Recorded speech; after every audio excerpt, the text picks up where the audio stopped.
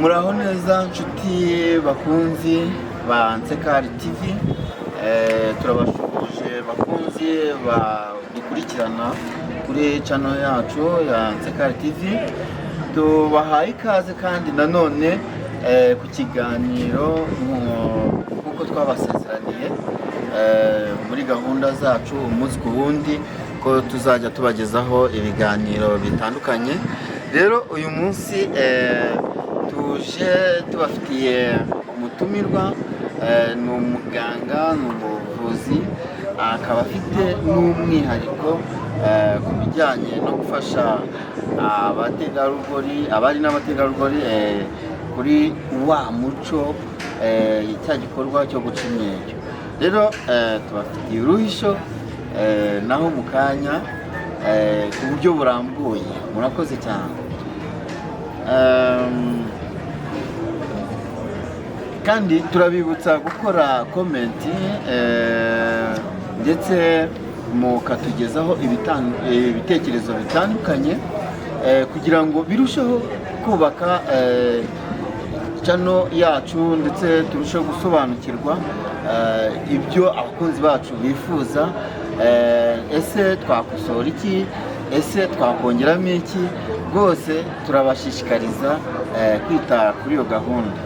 Rero n'abatindiye, reka duhe ikaze umushiki wacu atangire abibwira ndetse arase no ku ntego gahunda y'uyu munsi. Murakoze cyane.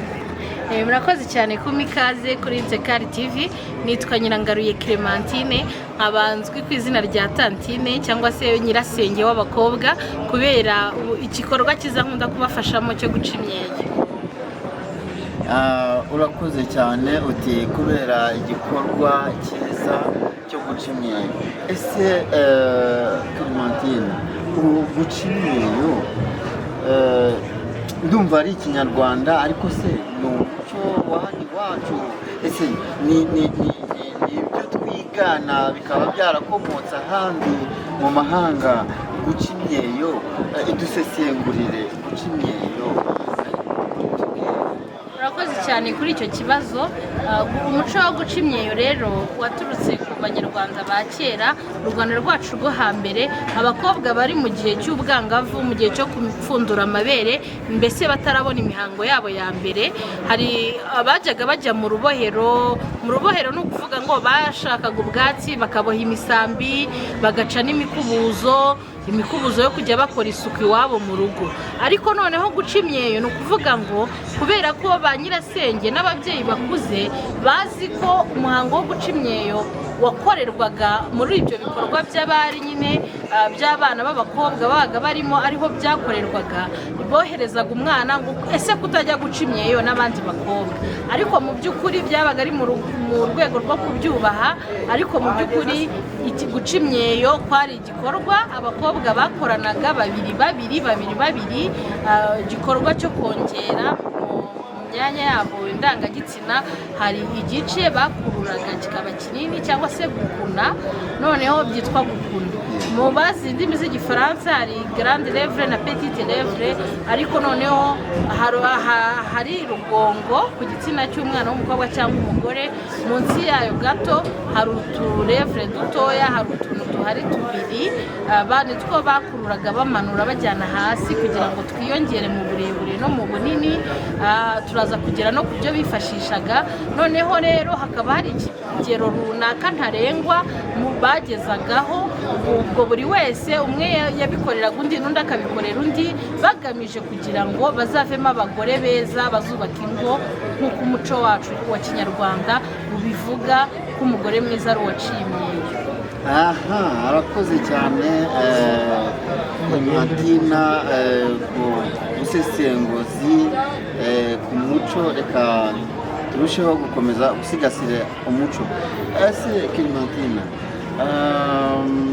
akamaro ko guca imyeyo haba ku ruhande rw'umugore cyangwa umukobwa, haba ku ruhande rw'umugabo bashakanye, muri rusange akamaro ko guca imyeyo tubwire.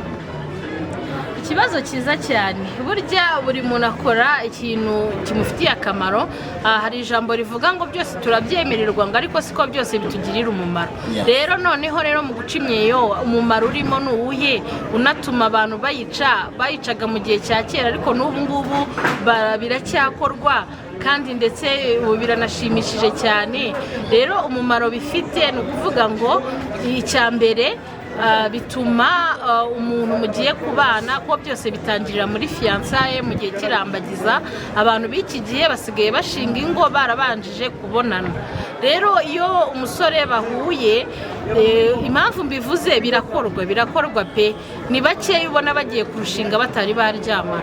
Ubwo rero akamaro bifite iyo muryamanye bibayeho ko muhuza ibitsina n'uwo mwitegura kurushinga agasanga waraciye imyeyo aragushimira cyane, aravuga ati ni byiza ko waciye imyeyo, ndabona uzavamo umugore mwiza, ndabona urugo rwacu tuzaba dufite ibyishimo nk'abashakanye. Uwo niwo mumaro wa mbere bigira, bishimisha mu gihe cyo kubonana imibonano y'umugore n'umugabo.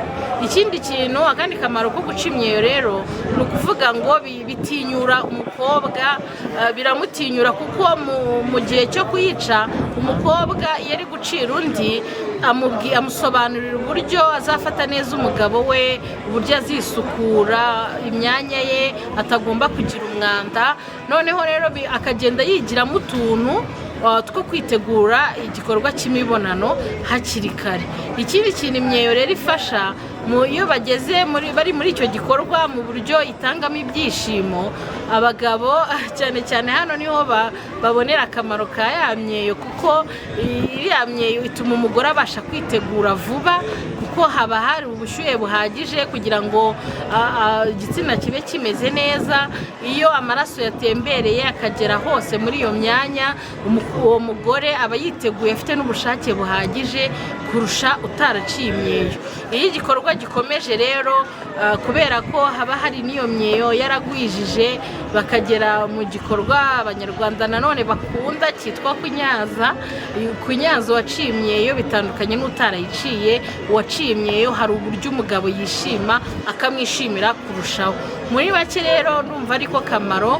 Kandi nanone akandi kamaro ni uko badashobora kugusenda. Ubu ngubu kugusenda ngo ujye iwanyu ubu ntabwo bakibikora, ariko kugusenda bamwe hari igihe ajya mu kindi cyumba kubera ko imibonano itari kubashimisha, cyangwa se ugasanga umugabo amuciye inyuma akajya yigira ahandi ku baciye imyeyo. Ariko iyo wayiciye igikorwa cyo kuguca inyuma ntabwo kibaho. Niko kamaro bifite. Urakoze cyane.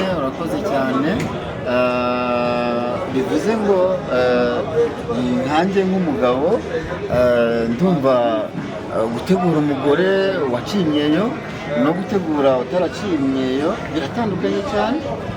Harimo itandukaniro kuko iriya myeyo irafasha cyane byonyine n'umugabo kuyikorakora, bituma umugore ahita yumva yishimye, akahita agira ubushake bukomeye cyane.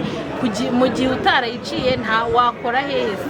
Ntabwo nzi uburyo abagabo tujya duhura bazanye abagore babo ngo tubacire imyeyo, baba bavuga ko bijya bibagora, bifuza ko haboneka icyo gikorwa ko umugore yaba yaragwije, bajye babona uburyo bamutegura bakora no ku myanya ye no kuri ya myeyo. Urakoze cyane Nyirangaruye gusesengurira uburyohe cyangwa se umumaro wo guca imyeyo. Ese wabwira iki cyangwa watubwira iki ndetse abakunzi ba Nsekari TV, abakunzi b'ivuriro Nsekari Limited, ni iki wababwira ku bijyanye n'ingaruka ku bataraciye imyeyo? Tunyuriremo. Mbere yuko ariko mbabwira ingaruka, murabona ko mfite uyu muti. Ni umuti twifashisha muri icyo gikorwa cyo gukuna cyangwa se cyo guca imyeyo. Ndabapfundurira, haba hagomba kuba harimo amavuta y'inka akuze, inka zacu z'i Rwanda, z'iwacu i Rwanda. Amavuta y'inka akuze ni ukuvuga ngo amavuta amaze hagati y'ibyumweru 2 n'ukwezi, kuko niyo akora umuti. noneho dufite n'agafu kagizwe n'ibyatsi byabugenewe mu gikorwa cyo gukuna, cyo guca imyeyo. Murebe yuko umuco wacu tukiwufite, ibyo byatsi n'ubu biracyaboneka. Abafite impungenge ngo ntibiboneka, rwose muri Nsekari twaragikemuye. Uyu ni umuti kandi ukuza vuba. Noneho rero tugarutse ku kibazo mwari mumbajije, bashiki bacu ingaruka ku bantu bataciye imyeyo. Ingaruka hano ntabwo zijya kuba nyinshi, ariko zirahari kandi zirakomeye. Ni izo kuba baguca inyuma, aricyo kintu bakujijije. Hari ntiwamenya abashakanye, hariho abantu batajya bihangana, ukabona arahoza ku nkeke umugore we, ubundi wagiye umera nk'abandi bakobwa. Umuntu w'umunyarwandakazi ukabona arakunda kubimubaza bigaruka, bamwe bakabyita ngo bari guhohoterwa, nyamara bari kubabwira ikintu gifatika. Rero ingaruka ni uguhohoterwa, nabyita ihohoterwa ryo mu mutwe, ariko urikora abamubaza imyeyo.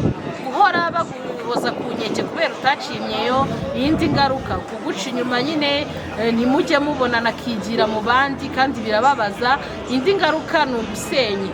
Ntabwo ari buri wese wajya ahora bigusubiriramo, hari uhita avuga ati dutandukane, uzashaka abagabo bandi, njyewe nkeneye umugore muzima waciye imyeyo. Ni izo ngaruka rero, guhozwa ku nkeke, hari kuba baguca inyuma, hari n'aho urugo rusenyuka burundu, akabona ko wamusuzuguye, akabona ko udashaka kubikora. Murakoze. Ivuriro Nsekari ryaziye igihe kweri, ryaziye igihe. Ese najyaga mbona abashakanye bakoze ubukwe, najya kubona nkabona umugeni atahanye ikibo. Bya bintu bisobanuye iki? Ukabona agarutse mu gitondo turuturu n'ikibo, ntacyo bisobanuye. Hari ikintu bivuze cyane rero, kuba umugeni agaruka afite ikibo, ni ukuvuga ko abaje kwerekana ko aho yagiye byagenze neza, ko bamushimye, babonye ko ari umugore ubereye urugo. Rero yabaga aje nko gushimira ababyeyi, kandi abereka ko nawe bamushimye nta kibazo azagira mu rushako rwe. Aha, urakoze cyane. None ni iki rero wabwira abanyarwandakazi muri rusange? Ni iki wabwira abakunzi ba Nsekari TV? Ni iki wabwira abantu bose bafite umugambi wo kugana ivuriro Nsekari Limited mu buryo burambuye? Ni iki wavuga ku bijyanye n'iki kiganiro? Murakoze cyane. Rero ibyo navuga byo ni byinshi ku bakunzi ba Nsekari TV kandi b'ivuriro Nsekari. Ikintu nababwira rwose, ni muze mwitabire, mwisuzumishe, murebe abakobwa bataciye imyeyo, abagore bacikanwe n'icyo gikorwa, nimwongere kubabara, nimuze mutugane, ndahari ngo mbafashe.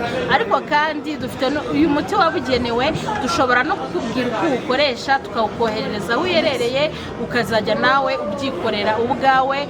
Ushobora no gushaka undi muntu wagufasha, ntabwo itegeko ari uko ari njyewe ugucira, gusa ngiye kubera ubuhanga mfite n'ubunararibonye, ni byiza ko nabibakorera. Ariko ntibibabuze kutugana, mugurire abana banyu b'abakobwa uyu muti, tubabwire uko muwukoresha, maze rero twubake ingo nziza zibereye u Rwanda. Cyane ko n'abanyamahanga basigaye babizi neza ko abagore b'abanyarwandakazi babamo abagore beza, ariko n'iririya banga ryo kuba twaraciye imyeyo baba baduca, kuko bazi ko biba mu bihugu bikeya bya Afurika. Rero nimuze mutugane, muzubake ingo nziza, waba washakanye n'umunyarwanda, waba washakanye n'utari umunyarwanda, ariko yarakubwiye ko akunda umugore waciye imyeyo, nimutugane muri Nsekari, turabafasha, tubakirana yombi. Nicyo nabwira abakurikiye Nsekari TV muri aka kanya. Murakoze cyane, urakoze Clementina, murakoze namwe mwari mukurikiye iki kiganiro, ndabashimiye kandi ndabararikira gukomeza gukurikirana iyi channel yacu, ndetse no gukomeza gukora like, share ndetse na comment.